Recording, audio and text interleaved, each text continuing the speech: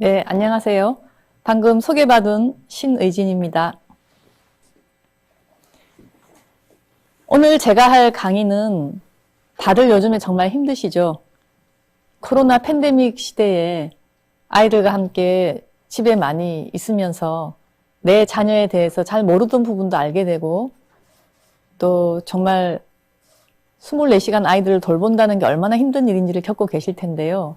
실은 저는 그렇습니다. 결국은 지나갈 것이고요. 또 우리의 아이들은 미래를 향해서 조금씩 걸어 나갈 것입니다. 그래서 오늘은 제가 특히 우리 아이들의 엄청나게 요즘에 많이 바뀌고 있는 이 미래 사회에서 어떠한 인재로 자랄 것인가, 미래 사회에서 행복할 수 있는 아이로 기르려면 어떻게 해야 하는가에 대해서 말씀을 드리겠습니다. 강의 내용은 첫 번째, 우리가 미래 이야기를 많이 하고는 하는데 정말 어떤 미래가 돌아야 할 것인가에 대한 부분 잠시 말씀을 드리고요. 하지만 어떠한 미래가 온다 하더라도 우리 인간의 몸과 마음, 또 또 역시 마찬가지죠. 이런 인간의 발달은 사회가 바뀌는 것만큼 바뀌지 않습니다. 상당히 이 인간의 몸과 마음은 계속 그대로 발달의 원리에 맞추어서 잘 진행이 될 것입니다. 그래서 거기에 대한 어떤 말씀을 좀 드리겠고요. 자, 그럼 상황에서 과연 미래를 위해서 우리 아이들이 꼭 어떤 능력을 가져야 하는가 하는 부분을 밀도 있게 말씀을 드리고, 그리고 마지막으로 이 다가올 미래를 지금 현재 바라면서 지금 현재를 어떻게 우리가 잘 메꿔 나갈 것인가에 대한 부분을 조금 더 말씀을 드리겠습니다. 사실 많은 사람들이 당신은 정신과 의사를 하면서 왜 이렇게 책을 많이 쓰느냐, 또 왜 이렇게 자꾸 언론에 나오느냐, 뭐 등등의 여러 가지 저에 대한 궁금증들도 많이 있으신 것 같은데요. 사실 저는 항상 우리 두 아이의 엄마였던 제 직책이 좀 제일 마음에 듭니다. 어쩌면 제가 많은 책을 쓰고 또 오늘 이 자리에서 여러분들을 돕는 강의를 하는 것도 사실 저는 가장 저의 정체성 중에서 이 두 아들의 엄마라는 저의 정체성입니다. 그래서 제가 항상 자녀 양육을 할 때는 우리 두 아들을 길러본 엄마로서의 경험이 반드시 들어가 있습니다. 또 하나는 제가 이제 정신건강의학과 의사로 되어 있는데요. 실은 많은 분들이 정신과 의사 그러면 좀 싫어하세요. 요즘은 좀 나아졌는데 뭔가 이렇게 정신적으로 많이 이상해야지 만나러 오는 사람으로 생각을 하지만 실은 특히 소아와 청소년을 도와주는 저 같은 의사들은 병이 나면 만나는 것보다는 병이 나기 전에 예방을 해주는 것을 더 좋아하게 됩니다.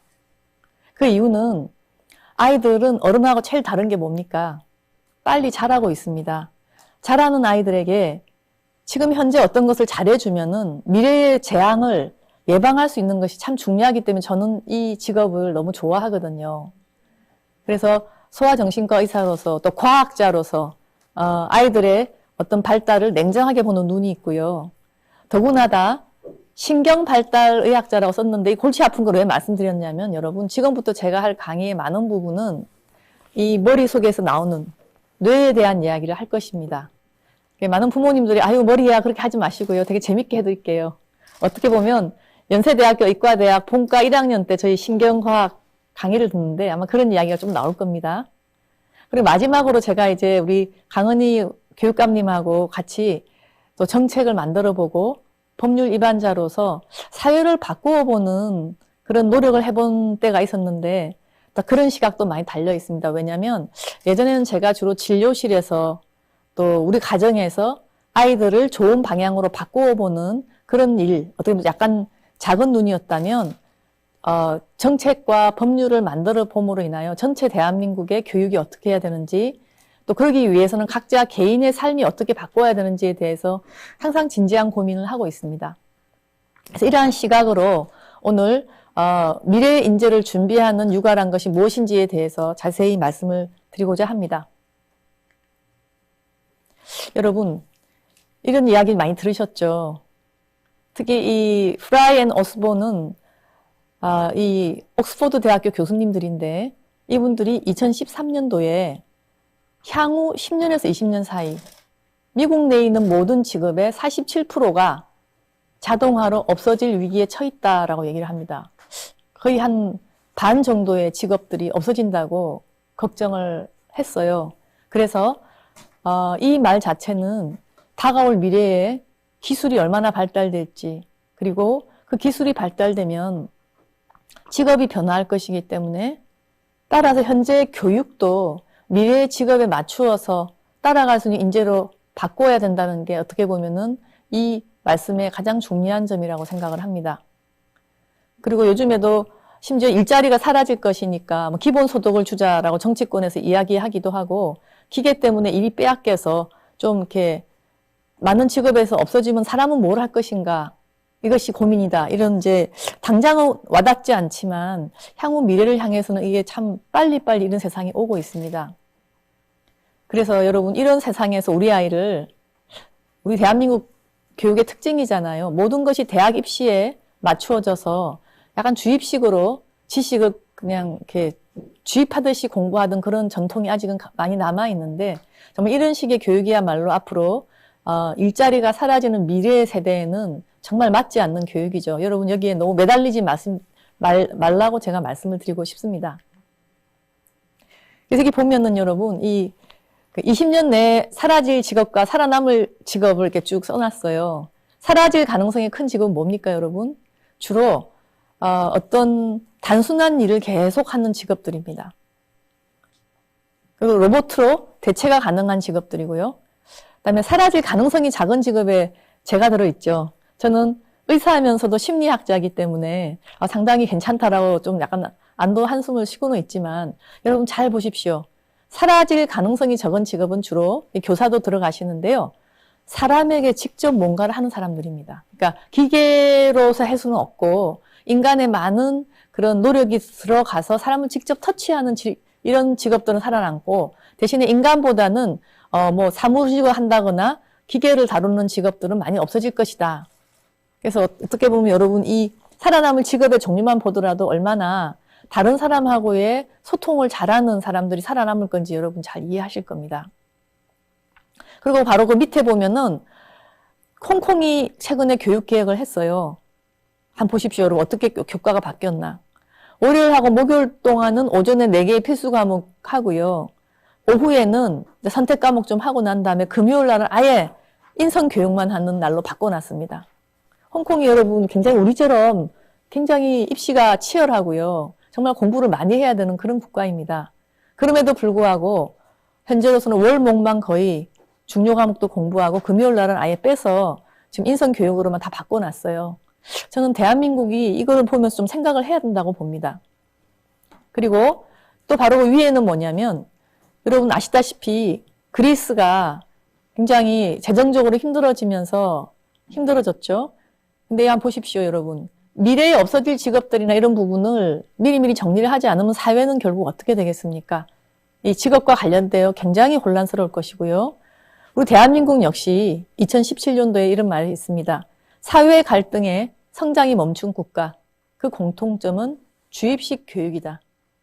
우리 대한민국은 실은 아직 많이 바꾸려고 노력은 하지만 저는 이 지적이 상당히 뼈아프게 와 닿고, 특히 우리 요새 부모님들을 제가 이제 진료실에서 뵈면요, 너무너무 불안들이 높으세요. 그래서 불안한 이유가 학교 공부를 못 따라갈까봐, 친구를 못 따라갈까봐, 옆집 아이는 영어 공부를 많이 시키는데 우리 애는 못 따라간다. 이런 걸로 자꾸 불안해하세요. 아직도 비교를 많이 하세요. 근데 이 미래에 그 비교해가지고 얻을 만한 지식으로는 살아남기 힘들어요. 그래서 저는 오늘 제 강의를 들으면서 부모님이 이 다가올 미래에 대해서 어떻게 우리 아이를 준비시킬까를 좀 더 심각하게 한 번쯤 잘 볼 수 있는 그런 해안을 가졌으면 하는 마음입니다. 여러분, 여기 지금 보이는 회사들 잘 아시죠? 우리가 자세히 모르더라도 이 로고들은 많이 봤을 거예요. 여러분, 여기 있는 이 기업들은요, 불과 20년 전에는 전혀 없었던 그런 기업이고요. 또 무엇이 특징이냐면 공장을 전혀 갖지 않아요. 그냥 소프트웨어로만 존재하는 그런 회사들입니다. 그런데 현재 바로 이 회사들이 전 세계 기업의 시가 상위를 거의 다 차지하고 있습니다. 우리가 처음에 아이폰 핸드폰이 스마트폰이 나왔을 때 과연 전화나 걸 이런 핸드폰을 이 안에다가 이렇게 많은 거를 접하게 해서 될까? 라고 회의적이었다면 지금은 그 스마트폰 없이는 하루도 못 사는 그런 시대가 되었습니다.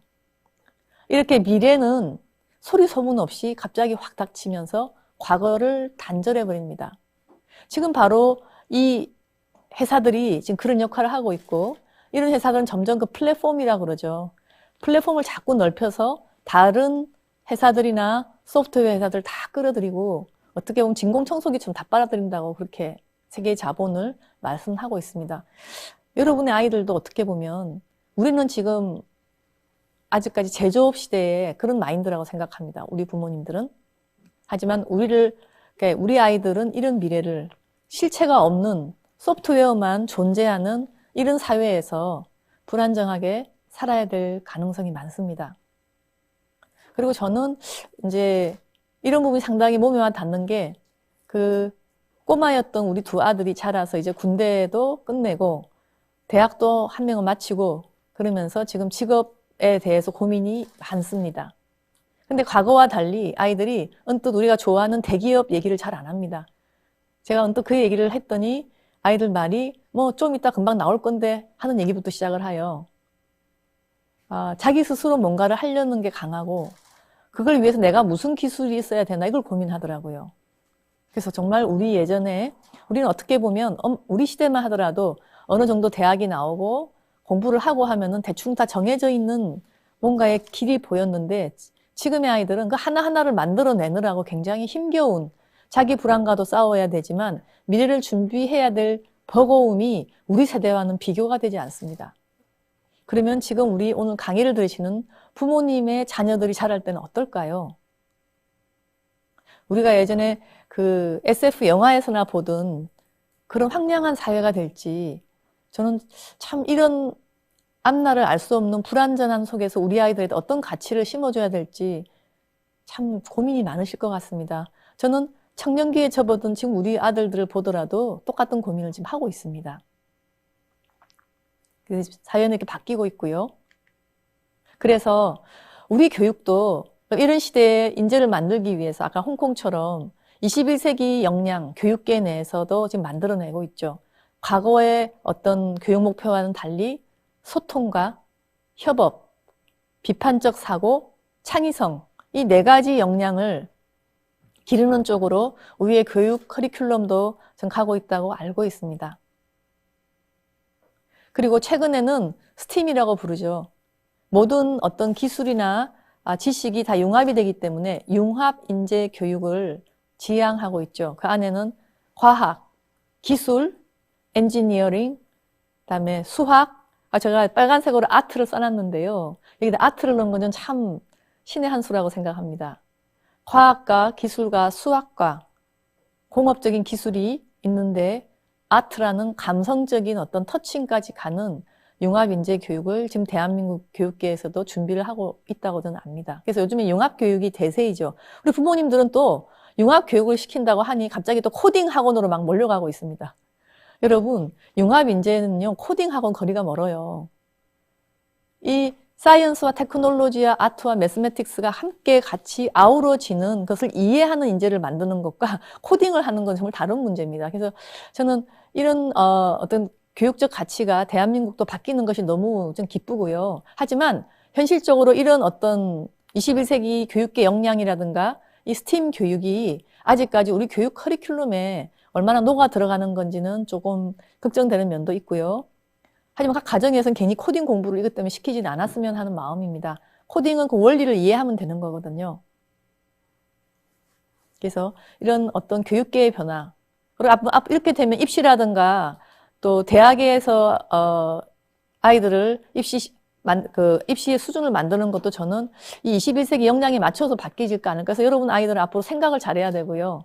남다른 생각을 할 줄 알아야 되고 소통을 잘하는 인재로 길러야 됩니다.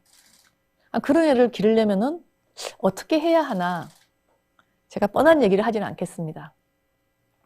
그 다음에 자, 이런 미래를 변하는데 우리나라는 어떻게 하고 있습니까? 이게 2014년이긴 하지만 다들 지금도 제가 정말 20년 전부터 영어 조기 교육은 도움 안 될 것이라고 얘기를 그렇게 하는데도 불구하고 지금 대한민국에 있는 부모님 설문조사하면요. 유치원생들의 35%가 만 3세부터 영어 공부를 시작한다고 합니다. 다 잊어버리는데 이걸 왜 하시나? 그러니까 부모님의 불안이 이렇게 엉뚱한 데로 튀는 거예요.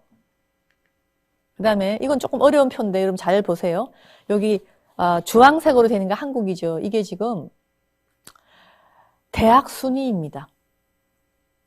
대한민국이요. 여러분 잘 아시다시피 그 중고등학교 때까지는 전 세계적으로 공통적으로는 기초 학습 역량 시험을 보면 굉장히 상위권인데 여러분 보시다시피 대학 순위 좀 보십시오. 상위권에 못 들어갑니다. 상위권에 누가 들어가느냐? 핀란드, 그다음에 미국, 독일, 영국 이런 나라들이 다 상위고 일본도 우리보다 훨씬 좋아요. 그런 나라들이 다 들어가는 거지 우리 대한민국은 중고등학교 때까지 성적 좋았던 게 대학 오면 쭈루루루 내려갑니다. 이렇게. 그래서 참 심각하죠. 대학 경쟁력 떨어지는 것 때문에 제가 지금 몸담고 있는 대학도 참 고민이 많습니다. 사실 여러분 교육이라는 거는 고등교육으로 들어왔을 때 제대로 이제 아이들의 실력을 나타내는데 우리는 오히려 고등교육으로 가면 거꾸로 떨어지는 나라가 되니까 너무 좀 걱정이 됩니다. 그래서 이제 제가 그러면은 우리가 어떻게 미래의 인재를 만들 것인가 하는 말씀을 다시 드리면서 이런 표를 제가 간략하게 보여드립니다. 이제 표가 좀 어렵죠? 이 표는 위에서부터 보지 마시고 밑에서부터 봅시다. 여러분 한 아이가 있습니다. 그 아이가 좋은 애다 라고 우리가 평가를 할 때는 제일 밑에 항목 사회적 적응이나 학업 능력을 보고 평가를 하고 있습니다. 사실 저한테 진료실에 오는 아이들도 학교를 안 가요. 얘가 수업 시간에 집중을 안 해요. 친구랑 자꾸 부딪혀요. 혼자만 놀아요. 자, 이런 맨 마지막 단계에 있는 사회적 적응이나 학업 능력에 문제가 생길 때 아무래도 이제 소아정신과에는 버티다 오시죠. 그런데 저희한테 만약에 온다 그러면 저는 외가 학업 능력이 어떨까 그 선에서만 분석을 하지 않습니다. 위로 쭉 올라갑니다. 그러면 저는 얘가 무슨 행동을 하길래 적응을 못한다 그럴까? 학교는 왜 못 가나 하는 행동 차원의 분석도 들어가고 좀 더 위에 올라가면은 행동을 만드는 게 결국 뭐겠습니까, 여러분? 이 뇌에서 만드는 거거든요. 뇌의 기능 중에 기억력과 집중력, 자기조절력 등의 신경인지 기능이 어떤가 하고 검사를 합니다. 여러분 심리검사 중에 인지심리검사 같은 경우 하면 이게 상당히 나옵니다. 또래에 비해서 순간 기억력과 그다음에 장기 기억력이 어떻게 차이가 나는지 이 아이의 집중력은 정상이라고 할 수 있는지 뇌의 기능이죠. 이것이 이상하면은 여러분 당연히 행동에서는 산만할 것이고 그래서 공부를 못하게 될 것입니다. 이렇게 꼴 내려오는 거죠. 그래서 병원에 오거나 심리센터에 가서 선생님들이 검사하자 그러면은 하기 싫다 그러지 말았으면 하는 마음인 게 이게 검사를 정확하게 요즘에 나오게 되어 있습니다. 여기가 이상하다 그러면은 저는 의사이지요. 얘가 성격이 못 돼서 엄마가 잘못 길러서 그렇게 생각하지 않습니다. 이 신경인지 기능을 만드는 바탕은 무엇이겠습니까, 여러분? 두 번째 항목인 두뇌이죠. 뇌가 어떻게 기능을 하고 어떻게 성장을 했느냐에 따라서 그 신경인지 기능이 결정이 되기 때문에 자, 두뇌가 어떤지를 또 체크를 합니다. 심지어 두뇌 위에는 뭐가 있냐, 유전자 레벨까지 가기도 합니다. 예를 들면 인지 기능이 많이 떨어진다든지 또 지능이 많이 떨어지면서 피부병이 같이 있으면은 또 여러 가지 선천적인 질환도 생각해 볼 수 있습니다. 그래서 저는 결국은 이 유전자 레벨까지 올라가는 부분을 다 보는 신경과학자로서 아이들의 문제 하나하나마다 이렇게 좀 분석할 필요가 있다고 생각합니다. 여러분 보시다시피 아니 우리 애가 이렇게 좀 말 안 듣고 산만한 게 이렇게 위에까지 올라가야 되느냐? 예, 맞습니다. 여러분이 제일 좀 많이 아시는 소아정신과 질환 중에 하나가 ADHD가 있죠. 주의력 결핍 과잉 행동장애. 그 아이들을 보면은 여러분 상당히 30-40%에서 유전적인 요소가 있습니다. 그리고 뇌에서 이 전두엽의 기능이 떨어지는 그런 뇌를 타고납니다. 그 결과 아이들이 집중이 잘 안 돼서 다양한 신경인지적인 결함을 가질 수 있고요. 그 결과 행동은 무지산만하고 통제가 안 됩니다. 잘 못 참고. 그래서 마지막으로 학교 가서 1학년, 2학년 때부터 적응이 안 돼서 어머니가 학교에 수시로 지적을 듣게 됩니다. 자, 이런 식으로 주르르 흐르는 거거든요. 그래서 제가 이제 이런 아이들은 두뇌 레벨에서부터 다행히 이 조절해주는 약물도 있고, 그 다음에 행동 레벨에서 아이의 버릇을 잘 잡게 해주는 부모 훈련, 행동 치료도 있습니다. 그래서 이런 약물 치료든 또 심리 치료든 부모님을 훈련시키든지 간에 마지막에 사회적 적응과 학업 능력을 올리는 일을 저는 확실히 해드릴 수 있는 대표적인 병이 ADHD입니다. 근데 제가 옆에다가 분홍색으로 환경을 다 이렇게 또 매치를 해놨죠. 이게 왜 무슨 의미냐면 각 단계별로 여러분 뇌는 생긴 대로 쓰는 게 아니라 환경의 영향을 계속 합니다. 심지어 많은 분들이 아니 유전자에도 환경이 있느냐? 그럼요, 여러분. 예를 들면 방사선의 문제가 심각하거나 그러면 유전자 레벨에서 교란이 생길 수 있습니다. 그래서 임신기 때 태내에 있을 때 굉장히 주변 환경이 좋아야지 여러분 유전자가 제대로 발현이 되고 그래서 뇌가 제대로 되는 겁니다. 심지어 어머니 뱃속에서 임신 중기에 두뇌가 발달될 때요. 엄마가 자꾸 술을 먹거나 담배에 노출이 되거나 심하게 굶거나 또 바이러스 질환이 걸리면 유전자는 정상이라 하더라도 뇌 발달에 교란을 일으켜서 아이들이 지능이 떨어지고 다양한 집중력 장애도 생기고 굉장히 심각한 정신적인 문제를 갖는 아이로 태어날 수 있다고 과학자들은 끊임없이 보고하고 있습니다. 심지어 여러분 그럼 뇌를 잘 타고났다 하더라도 또 기억력 집중력이 없어지게 하는 환경이 하나 있어요. 대한민국에는 대표적인 것이 요즘에 어린 시절부터 노출되는 저는 핸드폰이나 미디어라고 생각합니다. 그거 많이 가지고 있으면 여러분 기억력과 집중력 회로가 제대로 형성되지 않는다는 걸 이미 과학자들은 알고 있습니다. 그럼에도 불구하고 너무나 많은 부모님들이 밖에 나가면 아이가 말을 안 듣고 밥을 안 먹는다고 다들 핸드폰 갖다가 주는 걸 보면 저는 쫙 뺏어오고 싶어요. 저 어머니 아버지들은 어린 나이부터 저것을 하게 자꾸 시키면 애들 IQ가 얼마 떨어지는 걸 알고 저러실까. 그래서 정말 어떨 때는 제가 밥 먹다가 이렇게 뺏어오고 싶은 마음이 많은 그런 마음이 들죠. 저는 잘 알고 있으니까. 그 이외에 행동 레벨이라든가 적응 레벨에도 환경이 어떻게 훈육을 하는가.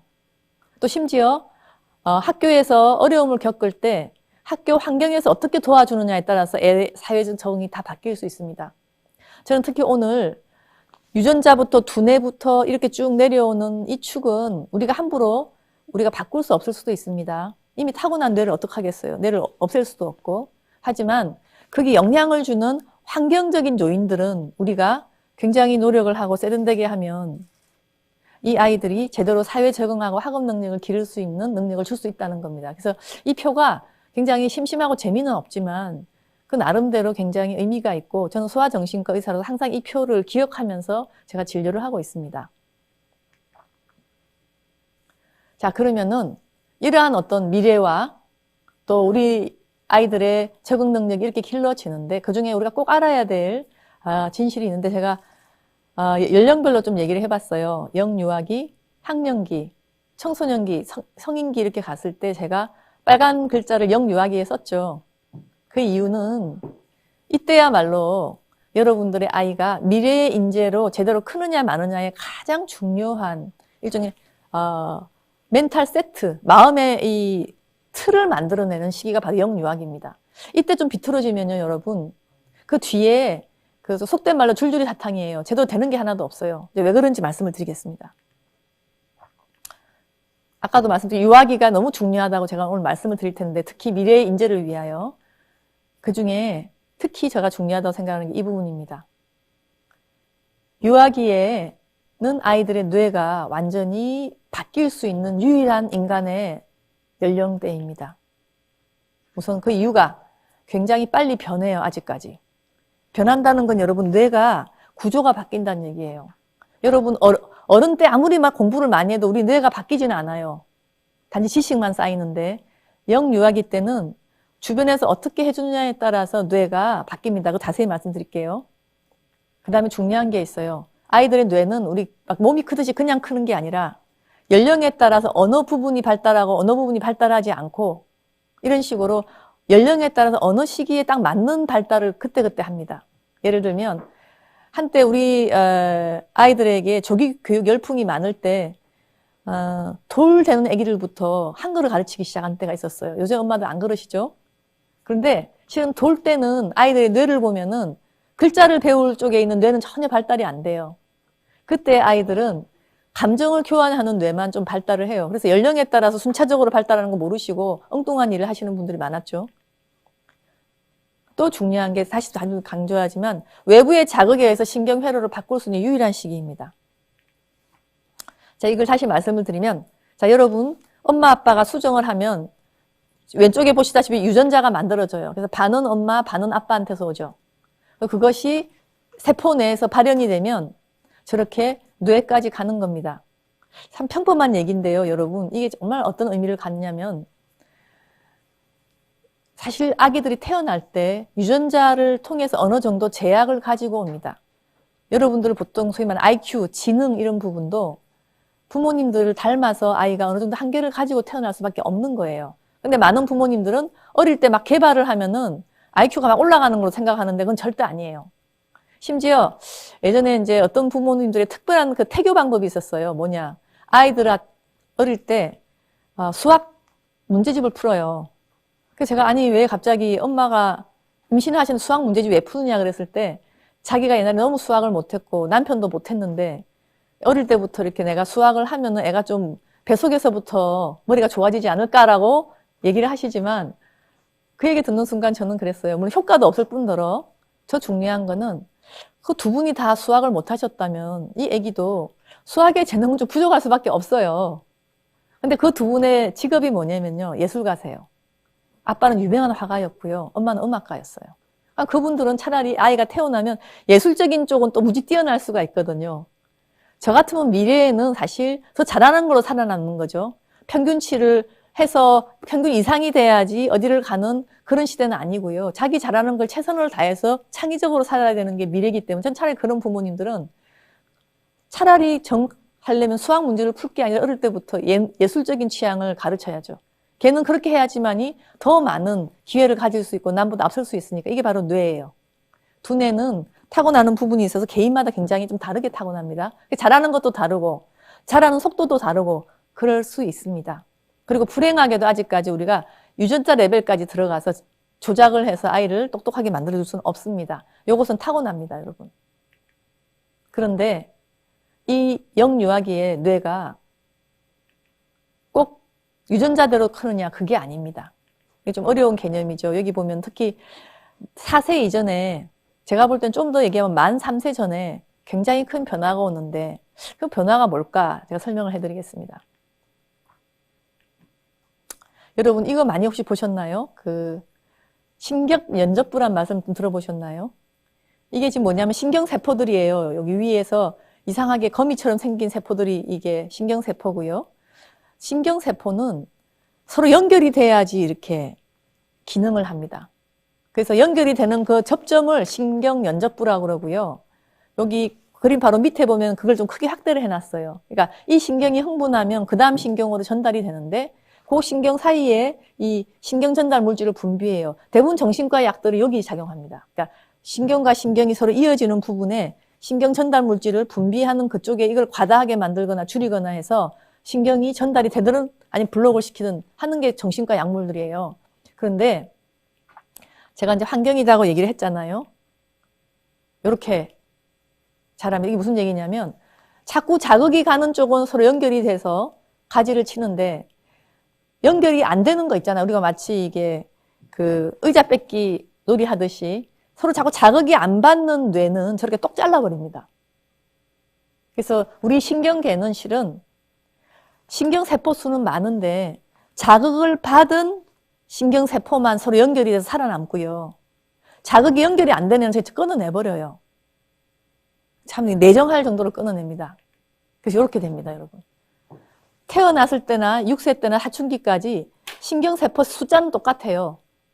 그런데 6세까지 굉장히 많이 연결망이 형성이 되고요. 가장 많이 되는 게는 4세까지고 아까 보셨죠? 자극을 많이 안 주는 쪽은 또또또 잘라버려요. 그러다가 사춘기 가면 또 줄어들었잖아요. 왜 줄어들까? 그거는 딴 게 아니고 많이 형성된 것 중에 빨리 잘 돌아가는 것만 살아남겨요. 14세가 되면. 그래서 여러분 대충 만 14세가 되면 일생에서 제일 머리가 좋아요.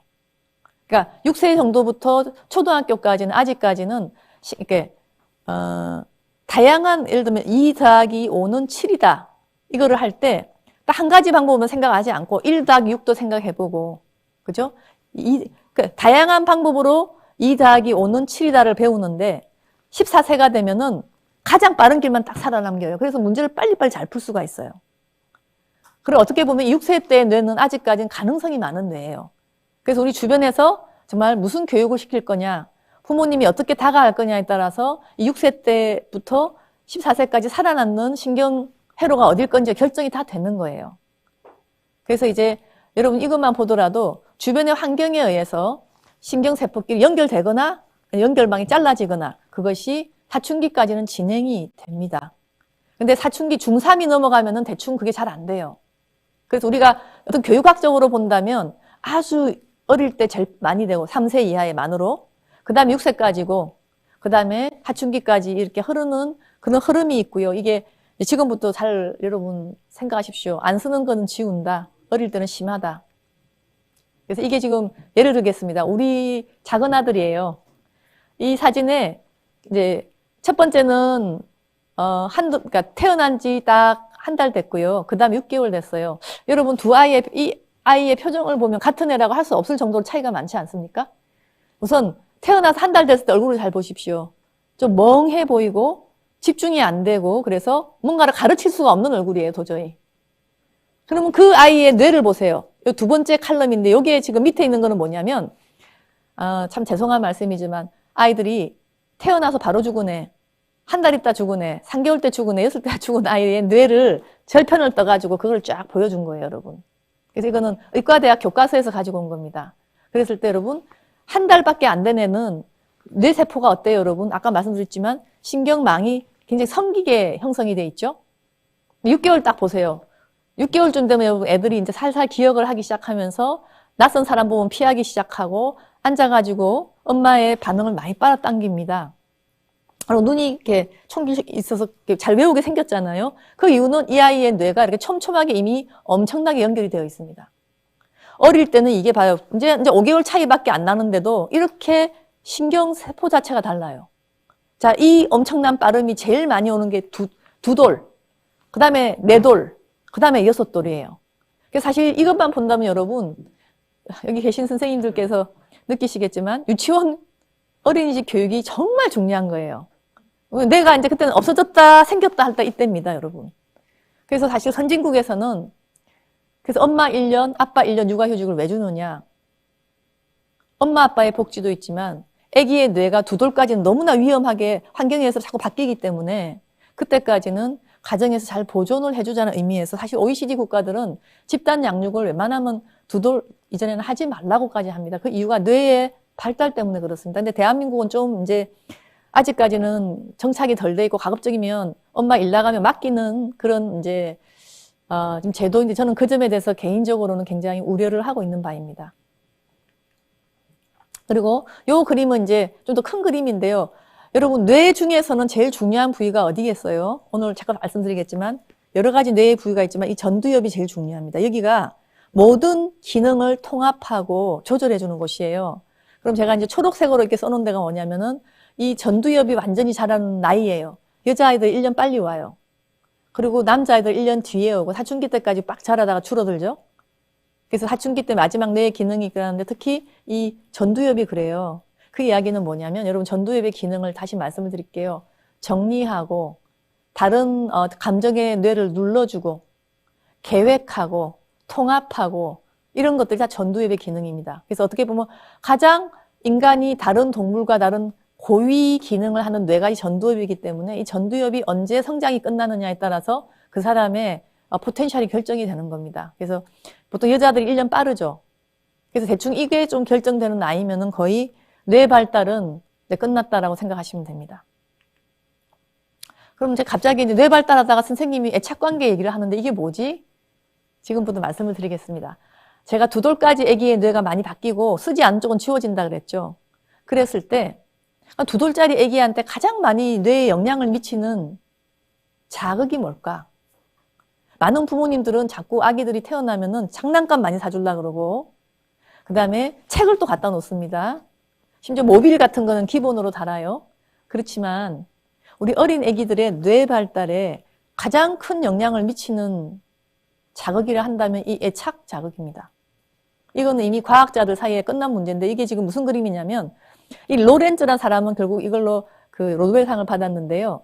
태어나서 몇 시간 내에 있는 오리 새끼들은 태어난 지 몇 시간 내에 함께 있었던 사람 혹은 오리를 평생 따라다닙니다.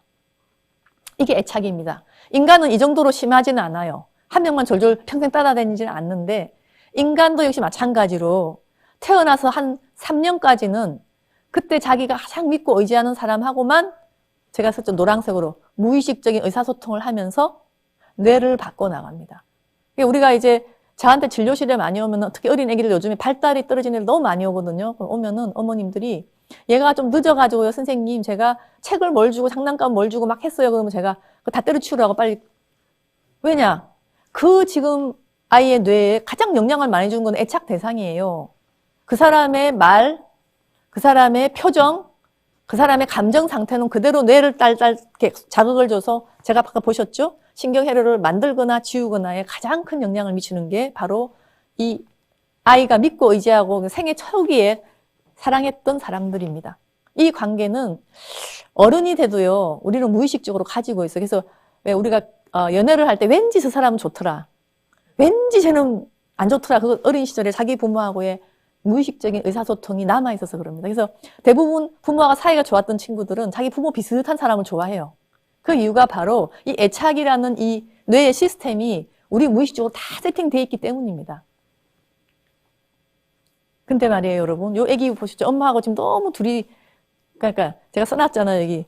서로 교환하면서 정서 조절을 하고 있다고. 이 좋은 상태가 있으면 여기 보세요. 어디에 뇌가 활성화되나. 지금 제가 이게 색깔로 해놓은 거 있잖아요. 뇌의 가장 중앙 부분. 바로 이 부분이 본능의 뇌라고 부르는데, 우리 태어나자마자 2돌까지, 3돌까지 많이 발달되는 부분이고, 엄마가 저렇게 둘이서 친하게 감정을 교환할 때 야만이 비교적 형성되는 그 뇌의 부분입니다. 여러분, 요즘에 정말 끔찍한 범죄도 많고, 짐승보다 못한 놈, 그런 사람도 있죠. 그 사람들이야말로 바로 이 본능의 뇌가 잘 기능을 안 하는 사람들입니다. 이 본능의 뇌가 뭘 주로 다루냐면은 정서 조절, 충동 조절, 공감 능력, 타인에 대한 이해, 그다음에 수면과 성욕까지 조절한다고 되어 있어요. 그러니까 이 부분이, 여러분, 색깔이 있는 저 뇌의 부분이 제대로 안 되면 사람으로 자랄 수가 없고, 그것을 만드는 데 있어서 가장 중요한 사람은 지금 옆에 있는 어머니처럼 저렇게 해주셔야 됩니다. 그러지 않으면 이게 잘 안 생겨요. 그래서 저는 이제 안 생기는 애들 많이 보거든요. 누구냐? 태어나자마자 영어 비디오만 계속 보는 애들이 갖고 와요, 병원에. 요즘에 영어 비디오 대신 핸드폰입니다. 큰 애를 준다고 미디어를 보여주면 작은 애는 계속 6개월 때부터 그거 열심히 봐가지고 이 본능의 뇌 자체가 애착적 자극이 적어가지고 여기가 비실비실해서 오는 애들이 있고, 그런 애들은 어떻게 나오겠어요? 정서 조절 안 되죠? 사람들 안 쳐다봐서 뭐 자폐 아닌가 처음에 그러고 와요. 자폐증 아니라도. 그래서 저는 바로 이 뇌의 부분이 적어도 3돌까지 저런 상호작용을 위해서 잘 형성되어 있지 않으면 그 뒤로 계속 이상한 애가 돼요. 정서 조절 안 돼 다른 애 때리죠. 사람들 잘 안 쳐다보니까 언어가 늦을 수 있고요. 당연히 규칙을 잘 모르기 때문에 학교로 오면 규칙을 못 지킵니다. 심지어 여기가 아주 병적이 아니라 조금 부족한 애들도 요즘에 참 많은 게, 한 3, 4학년 된 아이가 부모들이랑 같이 놀러를 왔는데 계속 징얼거리면서 핸드폰 달라고 하는 애가 있어요. 여러분, 3, 4학년짜리가 핸드폰 자꾸 달라 그러면 빨리 병원 데리고 오세요. 사람들이 뭐 그러는데 그게 아니고요. 그거야말로 그 아이가 자기 조절을 전혀 안 된다는 사인이에요. 3학년, 4학년짜리가 밖에 나가서 핸드폰 그러면 어머니 그건 좀 저는 걱정하거든요. 부모들은 몰라서 그렇지. 근데 그게 근본을 따지면 여기부터가 걱정되는 거예요. 근데 요즘에 어머님들 바쁘다 이유도 이제 아이들이 어떻게 보면 이 부분이 제대로 자극 못 받아온 애들 너무 많거든요. 그래서 저는 정말 그거 처리하기 바빠요. 요즘에 진짜 힘들어요. 그래서 제가 이걸 공포심을 조장하기 위한 게 아니라 제가 지금 말씀드린 거는 너무나 많은 과학적인 사실들을 제가 말씀드릴 뿐입니다. 그래서 심지어 애착이 인간한테 미칠 영향이 많이 나오잖아요. 심지어 초기에 애착 대상 관계 때문에 체온, 수면, 자율신경계, 감각, 식욕 다 조절해요. 그래서 애들 같은 이렇게 우유를 주면서 미워하면서 주면요 잘 안 먹어요. 두 번째, 좀 더 잘하면은 이게 기억력과 집중력과 뇌 발달을 바로 직접적으로 자극해요. 그래서 나중에 제가 보여드리겠지만 어릴 때 엄마가 말을 한 단어의 숫자하고 새돌이 됐을 때 아기의 언어성 지능하고는 아주 정비례를 해요. 그래서 우리가 아주 어릴 때 우리 발미 부모님들은 특히 미래의 인재를 만들 때 유능한 아이가 되게 원하잖아요. 근데 유능한 아이가 되려면은 옆에서 엄마가 잘 전달한 말, 표현, 표정 이것들이 애들 뇌를 아까 보셨죠? 신경망을 형성시키고요. 그 다음에 좀 더 자라서는 자기 조절력에 굉장히 중요한 역할을 합니다. 이제 애들이 보통 어떻게 하냐면 애착 대상 따라해요. 애들이 엄마 좋아하면은 아빠 좋아하면은 엄마 아빠가 버럭 화를 내면은 자기도 조금만 화를 내면 버럭 내고요. 딱 그대로 가요. 그래서 자기 조절력과 정서 인시적인 전략도 따라가고 마지막으로 세상을 살아가는 건강한 적응 능력이 어떻게 보면 아주 어릴 때 아까 보셨죠? 로렌츠가 데리고 다니는 오리, 오리 엄마가 어떻게 하느냐에 따라서 이 오리가 완전 바뀌는 거예요. 사람은 그래요. 제가 지금 말씀드리는 거는 그냥 제 개인적인 의견은 절대로 아니고요. 제가 많은 논문들을 다 정리를 해서 드린 겁니다. 그래서 결국 뭡니까 여러분? 오늘도 제가 대화법이라는 책을 많이 소개했지만 부모하고의 소통은 말이에요. 결국은 이게 그냥 행복한 아이를 만드는 게 아니라 뇌를 확 변화시켜버려요. 그래서 많은 부모님들이 이제 초등학교 때 적응 못해서 저한테 데리고 오면은 저는 엄마 얼굴 열심히 보죠. 이분이 언제부터 우울하셨나? 또 아빠를 보시면서 이분이 언제부터 엄마를 때리기 시작하셨나? 이제 이런 거를 제가 열심히 보는 이유가 그 시기에, 특히 어린 시기로 가면 갈수록 제가 그래서 제일 싫어하는 어머니의 병이 산후우울증이에요. 여러분 산후우울증은 아기가 아까 보셨죠? 우리 아기 태어난 지 한 달, 6달 완전히 다른 애가 되는 그 시기에 어머님이 우울증 빠지면 어떡한 줄 아세요? 먹는 건 겨우 주셔. 기운이 없어가지고 이렇게 아이를 상호작용 못 해주세요. 그리고 심지어 심한 어머니는 아기는 운목에 갖다 놓고 울어요. 또 혼자서. 더 심하신 분은 내가 죽으면 어떡하나 걱정을 하느라고 아무것도 못 하세요. 그러면 아기가 먹는 거는 주고 해서 살아남지만 그 아이의 뇌는 어떻게 돼 있겠습니까? 저는 그런 아기들 많이 보기 때문에 실은 이렇게 강력하게 말씀을 드리고 많은 부모들이 에휴 나는 그 정도는 안 했어. 정말 그럼 정말 다행이라고 생각해요. 근데 그 정도는 안 하셨는데 애가 왠지 조절이 안 되고 왠지 이러면은 혹시 어릴 때 내가 감정 전달하는 방법이 이 아이한테 부족했나? 왜냐하면 같은 아이라도요. 형제 중에 한 명은 좀 이상하고 한 명은 괜찮은 애들이 있잖아. 이유는 아까 말씀드렸죠. 애마다 이 성향이 달라요. 좀 불안기가 많이 타고난 애들은 더 보호를 해야 되는 거고 또 굉장히 산만하고 충동적으로 태어난 아이들은 조절을 좀 해줘야 돼요. 그래야지 엄마하고 소통을 제대로 하는데 이런 아이의 타고난 어떤 성향에 내가 못 맞춘 건 아닐까. 그런 것들을 생각해 보면 결국 부모가 어릴 때 아이한테 맞는 방법으로 소통을 제대로 하면은 그 아이는 뇌가 굉장히 건강하게 형성돼 있기 때문에 초등학교 들어가도 적응 잘하고 중학교 가도 자기 스스로 학습이 가능한 아이로 바뀝니다. 그게 안 되는 애들이 어떻게 보면 지금 당장의 교수법이 잘못된 게 아니라 그 근원을 내가 저 밑으로 내려가 봐야 돼요. 그래서 저는 이 표를 좋아한답니다, 여러분. 애가 문제가 있다 혹은 너무 잘한다 해서 왔을 때 저는 타고난 바탕과 환경의 상호작용 합이고요. 제가 병원에 오면은 그 두 가지를 잘 분석을 합니다. 그래서 어떤 애는 바탕이 어려운 애들은 약물 치료를 많이 권할 수 있고요. 환경에서 문제가 많은 애들은 환경부터 잡아야 돼요. 그래야 치료가 먹혀요. 부모의 양육 태도에서 얘하고 전혀 안 맞는데 예를 들면 이런 경우가 있어요. 아이는 많이 충동적이고 막 이런 아이인데 어머니가 얌전하시고 밖에 나가서 남한테 싫은 소리를 하면 절대 안 된다는 분이셔. 그러면 어머니는 약간 그 항상 이렇게 까불까불하는 아들을 보면 가슴이 덜렁덜렁 하세요. 저게 또 가가지고 무슨 소리를 짓거릴래나. 자, 그랬을 때 그 아이는 타고난 바탕이 도파민 쪽이 좀 가행된 아이들이거든요. 그런 애들이 사실 나중에 훌륭한 운동선수도 될 수 있는데 이 소심하고 얌전한 어머니의 기준으로 보면 얘는 항상 이상한 애인 거예요. 그러면 여러분 그 도파민 타고난 애를 어떻게 하겠습니까? 아니면은 소심한 거를 항상 이렇게 기준으로 삼는 어머니를 바꿔야겠습니까?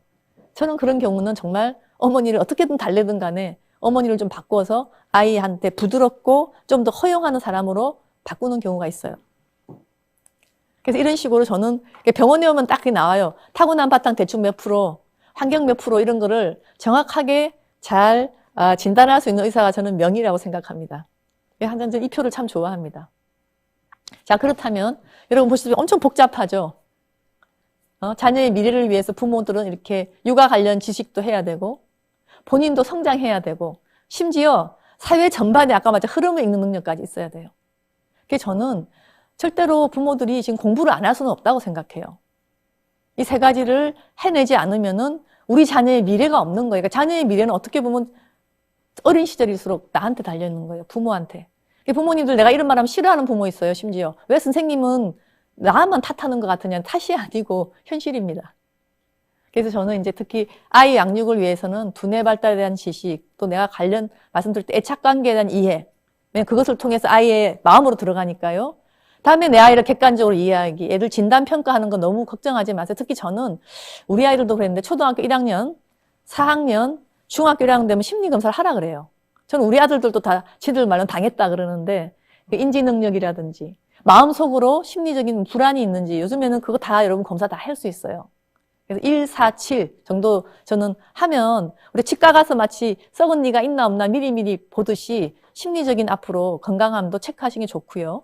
또 제 책 같은 거 보면 연령별로 애가 심리 발달이 어떤가를 아시면 도움이 많이 될 겁니다. 부모님들 자기 성장해야 됩니다. 제가 책을 보면 부모 성장 책을 많이 쓴 이유가 이게 어려워요. 제가 어려웠기 때문이에요. 저도 제가 이상했기 때문에 어떤 면에서 끊임없이 나를 객관적으로 보는 연습을 했고 또 저도 약점과 강점이 있죠. 우리 아이들한테 물어봐요. 야, 엄마는 어떤 사람이니? 엄마의 좋은 점, 나쁜 점 물어보면 정말 애들이 기가 막히게 얘기를 해요. 우리 엄마는요, 기분 변화가 좀 심하시고요. 너무 기준이 높아요. 이게 저의 약점이었어요. 제가 좀 기분이 좀 오르락내리락 하는 면이 있거든. 어떻게 귀신같이 할까라고 제가 생각을 했는데 하여튼 우리 아이들이 저한테 약점 얘기해 준 좀 기억이 나고요. 그 외에 부모들은 아이들한테 문제 해결력을 또 전수를 하는 중요한 능력이에요. 자기가 그러니까 어머 어떻게 하고 아무것도 못하시면 안 돼요. 자기가 문제를 해결하는 그 방법 그대로 아이들이 따라합니다. 그래서 예를 들면 학교에서 친구가 때렸다. 그럼 가서 같이 때려줘 하는 부모가 있으실 거고 잘 해결하는 엄마는 왜? 라고 물어볼 것이고 니는 어떻게 했는데? 걔는 어떻게 했는데? 그럼 어떻게 하면 좋겠니? 이러는 부모가 있고 그러면 그 아이는 뻔해요. 한 아이는 자라서 어른이 돼도 좀 안 맞으면 씩 이렇게 하는 거고 또 한 아이의 부모들은 저 사람 왜 저러지? 야, 어떻게 할까? 여기 딱 자기 부모들이 하는 방식 그대로 가요. 그래서 저는 특히 아까도 말씀드렸지만 요걸 플러스 아이 연령에 맞는 대화 또 애의 특징에 맞게 대화를 하는 것을 좀 더 연마하시면 좋아요.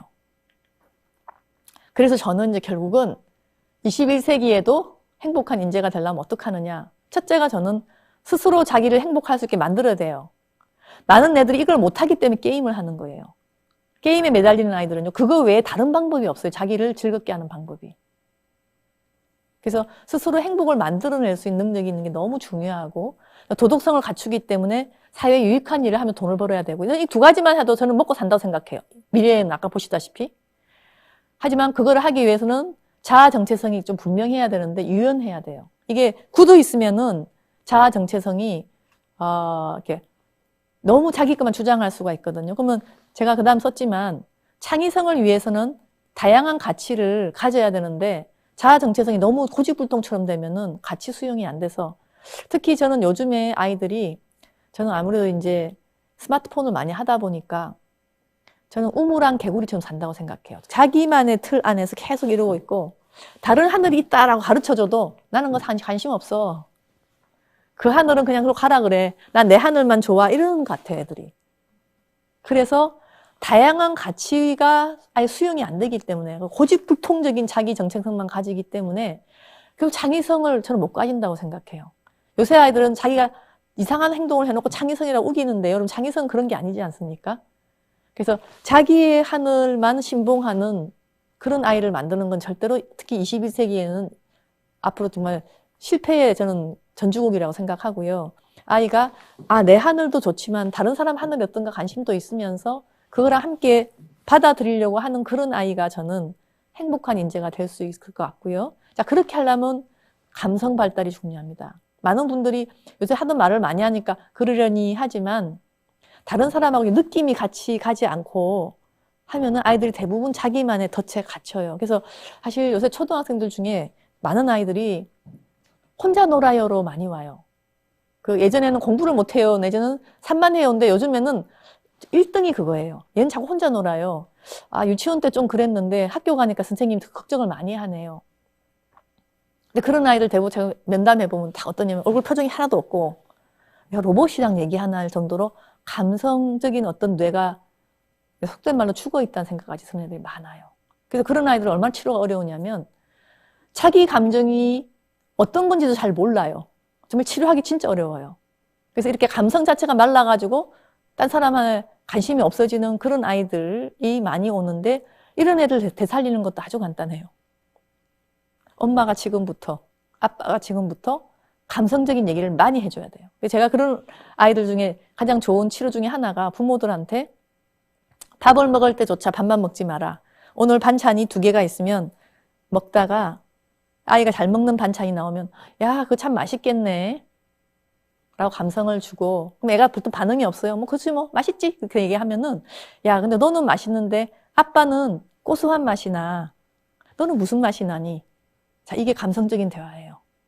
그러니까 밥을 먹을 때도 많이 먹어라, 잘 먹어라, 흘리지 마라가 아니고 얘가 맛있게 먹는 반찬이 있으면 그 반찬이 왜 맛있나도 같이 얘기하고 나는 고소한데 너는 어떠니? 자, 이게 감성의 대화고 이렇게 해야지 통해요. 그럼 처음에 뻘쭘해가지고 이 부모도 잘 못하시거든. 제가 그래서 감정일기를 적어라까지 할 정도로 아이하고 밥 먹을 때, 목욕할 때 일상어를 공유하는 그 시간에 얼마나 내가 감성적 터치를 했는가를 제가 점수까지 매겨서 갖고 오게 해요. 사실 이런 아이들 대부분 심리치료를 하라, 놀이치료하라, 그 도움이 되는데 치료는 일주일에 1시간 정도 가잖아요. 아무리 기술이 좋은 선생님이 가르쳐도 그게 한계가 있는데 부모님들은 24시간이에요. 따지고 보면 아침에부터 저녁까지잖아요. 그럼 그 부모님이 대화를 할 때 아이의 감정을 읽어주고 내 감정도 전달하고 그래서 이렇게 하자라는 거를 계속 반복을 하면 비록 어린 시절에 그걸 놓쳤다 하더라도 굉장히 도움이 됩니다. 정말 저 1년 동안 저 이렇게 해가지고 고친 애들 많고요. 제 책 중에 이제 그 대화법이라는 책 안에 그런 거 많이 녹여놨어요. 왜냐하면 정말 이런 애들이 너무 많이 오기 때문에 제가 안타까워서. 요 감성이 그거 못하는 애들은요. 절대로 21세기에 미래를 준비 못합니다. 아까도 보셨죠? 살아남는 직업이 뭡니까? 사람한테 직접 터칭하는 직업들이에요. 근데 이 감성 능력 이게 없으면은 터칭을 어떻게 해요? 걔들이 잘하는 기계 잘 만지는 건 딴 기계 훨씬 잘해요. 우리가 기계하고 앞으로 AI하고 붙어가지고 우리 못 이깁니다. 그 아이 24시간 계속 이렇게 데이터 분석하는 기계하고 쉬어야 되는 우리 인간이 어떻게 같이 갈 수가 있겠네요. 그렇지만 인간이 잘하는 부분이 바로 이런 부분이 창의성, 감성, 행복 이런 것들은 우리만이 할 수 있기 때문에 이거를 서로 만들어줘야 되는데 이거를 하려면 어떻게 해야 되나 했을 때 제가 이제 초록색으로 써놨죠. 자기 조절력. 여러분 이 생각을 잘 못하실 거예요. 아이들이 공부를 정말 잘하려면요. 적어도 초등학교까지는 절대적으로 자기 조절력을 스스로 잘할 수 있어야지 이거를 겨우 버팁니다. 자기도 조절 못하는데 어떻게 다른 사람하고 감성을 나누며 창의성을 발휘할 수 있겠습니까? 그래서 저는 이 전 국민적으로 지금 대한민국의 많은 아이들이 운동도 안 하죠. 계속 이렇게 스마트폰 보고 앉아있죠. 자기 조절을 기를 수 있는 기회가 많이 박탈되기 때문에 뇌에서 이렇게 아까 말씀드렸죠. 자기 조절하는 부분이 전두엽 부분인데 이 부분의 기능이 자꾸 부족한 아이들이 너무 지금 많이 와서 저는 이 부분을 참 강조하고 싶습니다. 그래서 조금 더 강조를 하면요, 여러분. 이 그림을 보면 이게 ADHD 아이들, 그러니까 아까 통제가 안 돼가지고 많이 어려운 아이들의 뇌입니다. 이게 보면 전두엽이 앞부분이죠. 이게 이렇게 지금 되어 있는데 여기가 전두엽이고 여기가 뒷꼭지 부분인데 이 전두엽 부분의 기능이 바로 아랫부분에 있는 본능의 뇌, 아까 말씀드렸죠. 거기를 눌러주는 거예요. 그것을 누르는 힘이 약한 아이들이 바로 ADHD가 되는 거예요. 그러니까 이 머리가 우리가 화장실 막 가고 싶고 해도 수업 시간에 가만 앉아 있는 이유는 야, 그래도 수업 다 끝나고 가라 라고 하는 전두엽이 지령을 내리면 그 밑에서 참을성을 감당하는 뇌가 네 하고 가만히 앉아 있어야 돼요. 요거를 할 수 있는 능력이 약한 애들이 ADHD라서 그 아이들은 약도 주고 하지만 일반 아이들도 요즘에 ADHD가 아니라도 어렸을 때 부모님이 애착을 잘 못 주거나 소통을 감성적으로 많이 못 해주면 여기가 제대로 못 자라요. 여러분 전두엽은 참고로 한 4돌쯤 될 때부터 많이 자라기 시작해요. 그래서 우리가 예전에 유치원을 갈 때 4세쯤 지나야지 간 이유가 그때 전두엽이 살아나니까 아이가 자기 조절을 시작해서 그래요. 근데 어릴 때부터 자기 조절을 못 키워준 애들도 똑같이, 그래서 그런 아이들이 요즘에 ADHD로 오인을 해서 오는 애들도 많이 있어요. 그런 애들이 약 잘못 주면 막 정말 너무 예민해지는 애들도 있거든요. 그래서 이제 다시 말씀드리면 자기 조절력 안에는 전두엽의 기능이 들어가는데, 자, 이것도 세 가지 영역이에요. 자기 조절력 안에 정서를 조절하는 힘이 있고요. 두 번째는 공격성과 콱 하는 마음을 조절하는 게 있고요. 세 번째는 인지적인 조절력이 있어요. 그래서 여러분 정서 조절력이라 하면 어릴 때부터 하고 짜는 애들이 확 기분 나빴다가 엄마가 안 해주면 성질 냈다가 달래면은 빨리 조절하는 그 힘이죠. 이건 상당히 유아기 때 발달하고요. 사실 이것조차도 안 돼서 초등학교 가는 애들도 많이 있습니다. 그런 애들 특징이 뭐냐면 평소에는 가만히 있다가요, 우악 하는 애들이 있어요. 정서 조절력 약한 애들이 처음부터 화 안 내요. 조금만 건드리면 파르르 해가지고 난리가 나기 때문에 이 정서 조절력이 이상한 아이들이 보면은 대부분 생각하시면 돼요. 어릴 때부터 좀 문제가 있었나? 생각하면 되고, 공격성과 충동성은 또 두 돌부터 시작돼요. 요때 잘 조절이 안 된 애들이 유난히 공격성과 충동성 조절이 잘 안 됩니다. 그래서 이것도 상당히 유학이에요. 정서 조절은 좀 더 어린 유학이고. 그래서 요 1, 2번이 끝나고 나면 한 4돌 때부터 인지적인 조절력이 나타나는데, 여러분, 이게 이제 여러분이 보는 거예요. 아이가 집중하는 능력. 내일 숙제가 있으면 숙제를 계획하는 능력. 또 뭔가를 하기 위해서 순서대로 기획하는 능력. 심지어 어떤 규칙이 있으면 그 규칙을 꼭 선생님하고 엄마가 야단 안 쳐도 스스로 지켜내는 능력. 그래서 이 3단계의 인지적 조절력까지 가면 여러분, 그 아이는 분명히 미래의 행복이 보장이 됩니다. 그래서 저는 이 전두엽이 가지는 자기 조절력을 잘 길러주는 것이야말로 여러분의 자녀가 미래에 유능한 인재가 될 것인지 아니면은 아이가 뒤처질 것인지의 가장 중요한 부분이라, 혹시 이 부분이 약하면 여러분의 자녀들은 꼭 그거를 보상 내지는 치료를 해서라도 저는 주길 바랍니다. 그래서 이게 제가 이제 전두엽을 발달시킬 수 있는 학습법에 쓴 책이 있어요. Learn How to Learn이라고, 암기식 공부를 하지 말고 어떻게 배우는지를 가르치라는, 제가 이제 그런, 사실 우리 두 아들들 할 때 제가 가르치느라고 제가 쓴 책이에요. 따지고 보면. 이게 재밌는 말이 많죠.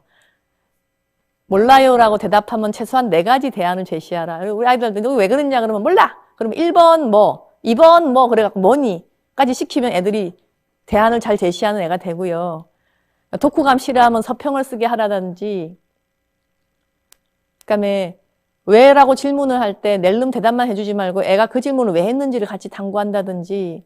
하여튼 제가 책에 재밌는 얘기들 많이 썼어요. 그래서 그 미술관을 데려가서 아이들한테 제목을 가리고 이 그림의 제목이 뭔지 추정하게 한다든지, 이게 다 여러분 전두엽을 많이 쓰는 그 학습법입니다. 그래서 제가 이제 예전에 이게 학교 선생님들도 많이 하실걸요, 아마. 그냥 암기하는 것보다 자꾸 뭔가를 예상하게 만들고 시범을 보이게 하고, 그다음 실전 문제를 내주고 생각하게 하고, 실제로 이걸 배워서 어디에 있을지 예를 갖다가 들게 하고, 그다음에 어떤 것들 비슷한 점, 다른 점 찾게 하고, 같은 방법 다른 문제 풀게 하고, 배운 걸 말로 가르쳐서 보게. 이거 여러분 요즘에 플립 러닝인 이런 식으로 했을 때 많이 쓰는 방법일 것 같아요. 그래서 저는 단순히 그냥 공부로 가르치는 것보다 이렇게 항상 머리를 굴릴 수 있게끔 가르치는 게 자기 조절 능력에도 도움이 됩니다. 아까 말한 인지적인 자기 조절 능력이 굉장히 중요한 파트예요. 이제 끝으로 넘어가면, 자, 이렇게 우리가 자기 조절력이 있는 미래 인재를 길렀을 때 최근에 여러분이 굉장히 많이 놀라셨을 거예요. 어떤 부모님들은 나는 내 아이가 이렇게 산만한지 몰랐다. 그러면서 병원을 데리고 오시는 분이 계세요. 온라인 학습을 시켜봤더니 얘가 난리다. 지금 이 어머니를 한번 보세요. 지금 이제 재택 근무는 해야 되는데 이 세 아이들 좀 보셨죠, 지금. 어마어마한, 정말 예전에 우리 두 아들 같은 생각이 드는 아이들인데 어머니가 얼마나 이렇게 묶어놓고 싶었겠어요, 난리를 풀기에.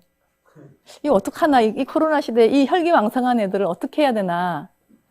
진짜 많은 부모들이 고민하고 계실 거예요. 저는 정말 안타깝게 생각해요.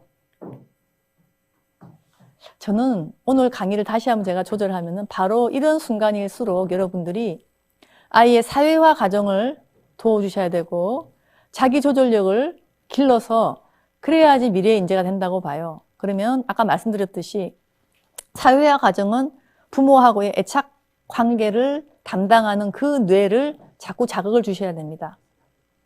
그리고 자기 조절력을 기르려면은 전두엽이 밑에 있는 본능들을 누르게끔 계속 도와주는 능력을 길러줘야 돼요. 근데 이 두 과정 다 남이 해주는 게 아니라 자기 부모님이 제일 잘해주십니다. 그래서 사회화 과정을 잘 도우려면 끊임없이 감정적인 터칭을 계속 해야 되고, 부모가 좀 피곤하실 거예요. 머리를 잠시도 쉴 수가 없어요. 애가 그러면 뭘 해줘, 엄마 해줘 막 그러면은 그냥 해주고 말고의 문제가 아니고 제가 무엇 때문에 저게 필요한지도 물어봐야 되고, 왜? 그게 왜 좋으니? 이런 질문도 하셔야 되고, 자기 조절력을 또 길러주자니 여러분 어떻게 해야 돼요? 애가 뭐 그러면 무조건 때리고 그러면 큰일 나요, 여러분. 부모님이 먼저 자기가 조절된 상태에서 아이 보고 3번만 참아보자. 아니면은 심지어 어떤 아이는 1, 2학년 때 자기 옷을 훌렁훌렁 벗어놓고 온 집안에 이렇게 엉망 만들어 놓은 애들 있잖아요. 여러분 그것도 자기 조절력 떨어지는 아이예요. 집에 들어오면 당연히 손 씻고 자기 옷은 걸어놨는 게 2학년 때부터는 가능해야 돼요. 1학년 때는 좀 왔다 갔다 하더라도. 그걸 못하는 아이면 어머님이 야! 옷 걸어라! 그렇게 하는 건 조절력 길러주는 방법이 절대로 아니에요. 아이가 훌렁훌렁 다 벗어놓으면 어떻게 해야 되겠어요? 아이한테 엄마가 치워주지 말고 하나하나 같이 주워가면서 엄마는 네가 자기 옷은 걸었으면 좋겠다. 자기 옷을 걸으려면 어떻게 하면 좋을까? 그러면 아이하고 대화를 시작해야 돼요. 왜 못하니? 아, 엄마 나는 들어가자마자 화장실 가려고 급하게 쫓아가느라고 그래. 그러면 화장실 갔다 와서 다시 하려구나. 그럼 너는 옷을 치우는 걸 몇 시에 하면 좋겠니? 몇 시에 하자. 이거를 같이 얘기를 해서 딱 규칙 정해가지고 하면 자, 너는 2시 학교 갔다 와서 손 씻고 화장실 갔다 오고 바로 옷을 치우기 위하여 옷을 개서 집어넣는다. 처음엔 잘 못하니까 엄마한테 검사 맞는다. 근데 요즘에 참 슬픈 게 아버님들이 일을 많이 나가시기 때문에 그거를 해줄 분이 없는 분도 있어요. 그래서 어떤 아이는 이제 돌봄 수업 갔다가 집에 와서 엉망으로 늘어놓고 누워있는 애들이 있어요. 학교 갔다 올 때까지. 그러면 저는 돌봄 교실에서 뭐 학업까지 봐준다 하더라도 이 아이가 집에 와서 스스로 옷을 넣는다든지 자기 숙제를 챙긴다든지 잠자기 전까지 뭔가를 한다든지 이런 자기 조절을 할 수 있는 거를 누가 가르치냐고요.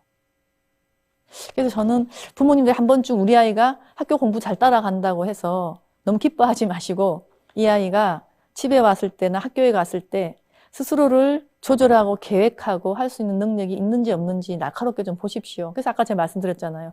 사람들 여러 명 있는 데서 엄마 게임하게 핸드폰 줘 이 소리를 엄마 한 번 안 돼 하는데 또 한다. 그러면은 그거는 저는 심이 떨어지는 거예요. 많은 부모님들 그 부분에서 굉장히 너그러우신데요. 굉장히 심각하게 고민해 봐야 될 것 같아요.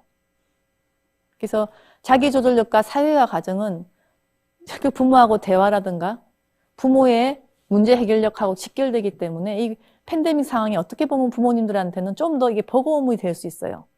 이것까지 해야 되니? 아까 엄마처럼 묶어놓으면 딱 좋겠는데 묶어놓지도 못하고 어머나 그때 애가 이거 해달라 할 때마다 생각하고 고민해야 되고 라고 생각하시지만 실은 또 부모님들도 즐거움이 될 수가 있다고 저는 생각해요. 그거를 단순히 이제 우리 아이를 잘 키우기 위해 싹지를 해야지 그러면 너무 부담이지만 해보세요. 재밌어요. 엉뚱한 얘기도 너무 재밌게 잘해요, 아이들한테. 뭐, 야, 너가 옷을 절대로 안 개고 지근지근 밟고 다니는데, 그거 왜 그러니? 라고 이제 같이 대화를 하고 재밌게 얘기를 하면 별별 희한한 얘기를 다 하고, 그거 자체가 부모에게도 삶의 활력이 돼요. 이거를 꼭 그렇게 막 무거운 책임감으로 꼭 해야지 그러면은 서로 긴장이 너무 세지는데요. 이것도 재밌게 생각하고, 또 아이가 한 번에 될 리가 절대로 없어요. 적어도 이것을 일정 기간 이렇게 넉넉히 두고 하나하나 조금씩 실천해 나가야 한다고 생각하지 우리 애가 이것도 시키고 이것도 잘하고 방도 잘 치우고 그런 애를 설득하기 힘들어요. 그래서 한두 개라도 딱 정해가지고 자기 거를 스스로 조절할 수 있게끔 초등학교 저학년부터 시작을 하면 참 좋다고 생각을 합니다.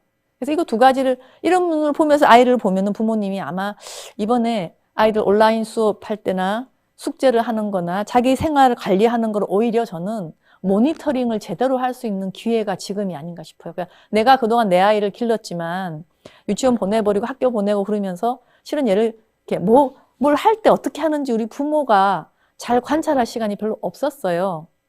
근데 지금은 부모님들이 할 수 있는 시간이 좀 있잖아요. 그럼 우리 아이가 자기 조절력은 어떤지 감정은 어떻게 잘 조절을 하는지, 생활 습관은 어떻게 잡는지, 무엇을 좋아하는지, 자기를 즐겁게 하기 위해서 어떤 도구들을 쓰는지, 사실 어떻게 보면 이게 모니터를 할 수 있는 너무 좋은 기회이기 때문에 혹시 그거 하다가 잘 모르면은 책도 보시면 되는 거고, 그래서 저는 오히려 팬데믹 상황이 그동안에 아이가 조금 사회화 과정이 어려워졌거나 조절력이 약하다면 이걸 도와줄 수 있는 절호의 기회일 수 있고, 또 내 아이가 이걸 잘하는지 못하는지 관찰할 수 있는 절호의 기회일 수도 있습니다. 그래서 제가 이 스마트폰 회사 저희들 되게 싫어할 것 같아요. 디지털 기기로 우리가 먹고 살아야 된 나라가 저분은 왜 저러실까 하는데 오히려 역설적으로 우리는 이런 디지털 기술이 너무나 많이 발달된 나라이기 때문에 디지털 세상이 아이를 아프게 하는 부분을 예방하는 것이 또 중요한 나라입니다. 아까도 말씀드렸지만 디지털 기기 너무 어릴 때부터 시작하거나 너무 많이 하면은 집중력, 기억력, 추상적 사고력 떨어지고요. 공감 능력 떨어집니다. 이미 너무나 많은 논문들이 얘기하고, 근데 여러분도 그렇잖아요. 이거 하루 종일 붓고 있으면 여러분 어때요? 아유, 목도 아프고, 눈도 침침하고, 그 다음 신경질 자꾸 내게 되고, 이거 없이 못 살면 이렇게 초조할 것 같고, 우리 어른들도 그런데, 이 한참 뇌가 빨리 자라는 애들은요, 뇌에 영향을 미쳐요. 그래서 저는 가급적이면 디지털이, 그러니까 만지지 않는 날도 하나 만들어야 된다 생각해요. 그래서 디지털 프리인 날짜도 만들어야 되고, 어쨌든 디지털 기기는 잘 이용하면 편리한 기기지만 우리가 노예가 되면은 큰일 나는 저는 그런 세상이라고 생각합니다. 그래서 이제 마지막으로 부모님도 요즘 힘드시죠? 진짜 참아야 하느니라 참을 인자를 항상 새긴다 막 그러시는데요. 근데 항상 명심해야 될 게 내 아이의 현재 마음의 틀이 우리 아이의 인생을 결정하는 거고, 정말 힘들면 여러분 요즘에 명상 앱 같은 것도 있어요. 그래서 명상을 하시든지 아니면 일기를 쓰시는 것도 괜찮아요. 일기가 왜 좋으냐면 매일매일 자기를 모니터링 할 수 있는 좋은 기회예요. 그래서 일기를 쓰시거나 명상을 하는 한이 있더라도 기초적으로 자기를 훈련해야 되고, 또 어떤 분들은 실은 너무 화가 많이 나거나 애들하고 많이 다투시는 분들 대부분 자기 마음속에 상처가 좀 있으신 분들이 많아요. 왜냐하면 우리의 부모들도 완벽하지 못하신 분들이거든요. 그러다 보니까 그 자기 마음속에 있는 부모님, 옛날에 우리 부모가 준 상처들이나 그렇게 주고받았던 것들이 막 이게 극명하게 나타나면서 나를 우울하게 만들거나 자녀에게 과잉 기대를 하게 하거나 이런 게 돼가지고 자기의 마음속에 있는 열등감, 또 자기 부모가 서운하게 했던 것, 이런 것들을 좀 마주한 용기가 생겨야 돼요. 그래서 저는 심지어 자기 부모를 객관적으로 바라보고 자기의 상처를 보는 것까지 만약에 부모님들이 하실 수 있다면 저는 100% 그분은 좋은 마음의 틀을 가진 부모가 될 수 있다고 생각을 합니다. 사실 정신과 의사한테 오면 저는 주로 여기를 건드려 주기 때문에 일반적으로 편하게 생각해라 막 이거하고는 다른 차원의 치료가 되는 거거든요. 그러니까 생각보다 우리 마음속에 상처들이 꽤 있어요. 어릴 때 상처가. 그리고 이제 이 그림은 뭐냐면 이게 참 재밌는 건데 여러분 아까 제가 다시 강조를 하기 위한 건데요. 이게 미국에서 한 연구예요.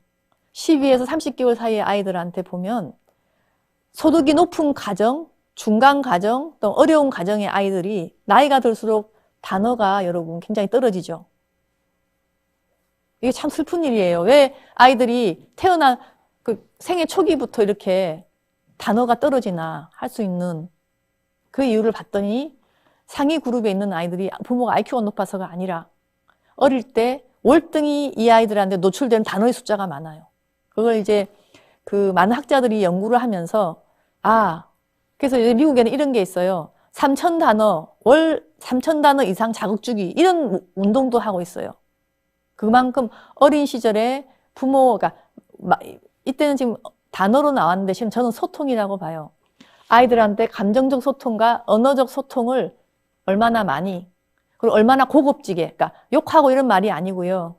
격려하고 칭찬하고 반영하고 하는 그런 긍정적인 단어를 상위 그룹일수록 많이 쓰고 그게 언어성 IQ에 굉장히 영향을 미친다. 이게 아주 초기에 좋은 논문이에요. 그러니까 이게 저는 보면 섬뜩한데 우리 많은 부모님들이 요즘에 피곤하고 지친다고 아기들하고 잘 안 놀아주시고 그냥 책 갖다 놓고 디지털 기기 주시거든요. 디지털 기기로는 이 효과가 전혀 없어요. 상호작용이 아니기 때문에.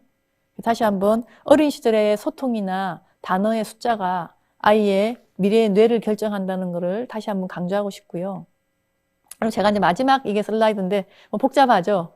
저는 사실 소아정신과 의사로서 그래서 많은 부모를 치료해야 되고 부모를 치료해야 돼요. 사이를 좋게 만들어야 되고 그런데 요즘에 전통적인 의학적인 기술 외에 제가 볼 때 디지털 기술이 생겨서 울기 더 쉽게 됐어요. 제가 지금 이게 밑에 있는 부모 훈련 심리 프로그램 중에 빨간색으로 써놓은 게 있죠. Parent Child Interaction Therapy라 그래서 PCIT라는 게 제가 지금 현재 선생님들하고 치료를 해보니까 아이를 잘 못 다루고 이미 사이가 많이 엄마랑 아빠랑 나빠져서 사이가 좋게 만드는 치료 중에 제일 좋은 것 같아요. 이런 것들을 앞으로는 직접 가서 할 수도 있지만 디지털 이런 프로그램으로 바꿔서 누구나 쉽게 자기 훈련을 할 수 있는 방법도 있고, 또 최근에 육아의 신이라 그래서 이건 제가 이제 하도 발달장애 아기들이 많아가지고 부모님들을 위해서 그 앱에 들어가면은 제 책에 있는 내용들을 쉽게 답을 할 수 있는 것도 만들고, 더 좋은 거는 궁금한 경우에 직접 전문가들하고 연결해서 심지어 우리 아이 발달 검사하는 예시를 본 동영상을 찍어가지고 보내면은 대충 설명도 해주는 그런 앱도 만들고 있고, 또 밑에 뽐이라는 거는 뭐냐면 아까 제가 말씀드렸죠. 애들의 생활 습관을 개선하는 이런 앱인데 이게 자기 조절력을 기르는 거예요. 그래가지고 이제 예를 들면 이런 거죠. 특히 제가 ADHD 자기 조절 안 되는 애를 위해 처음에 만들었는데 어떤 거냐면 이 아이들은 약을 준다 하더라도 제 시간에 일어나서 일을 닦거나 시간 맞춰서 학원을 가거나 또 밤 잠잘 때 이제 핸드폰 엄마를 준 거나 이런 어떤 규칙적인 생활을 잘 못해요. 그러면 이 앱에 들어가서 엄마가 요런 버릇을 좀 들였으면 좋겠다라고 쭈르륵 주면은 이 아이한테 시간이 되면은 철수야, 지금 뭐 할 시간이냐? 예를 들면 학원 가는 3시까지 학원 가기라고 되면 2시 40분에 딱 해서 그러면 학원 갈 준비해야지. 이제 그렇게 얘기를 하면 이제 그러면 어떡할래? 그러면 학원에 갈 준비물을 넣고 그래서 집을 적어도 1시 45분까지 나가야 돼. 완료! 이렇게 하면 딱 끝나요. 또 잠잘 때도 마찬가지. 그 아이가 스스로 자기 삶을 엄마의 그 손바닥이 아닌 애가 스스로 이 기기하고 얘기하면서 자기 습관 들이기를 제가 해가지고 실은 지금 이제 논문을 쓰고 있는데요. 이걸 보니까 굉장히 효과가 좋아요. 어떻게 좋으냐? 아이가 엄마하고 갈등 없이 본인이 스스로 자기를 조절하기 때문에 자기 효능감이 많이 올라가고요.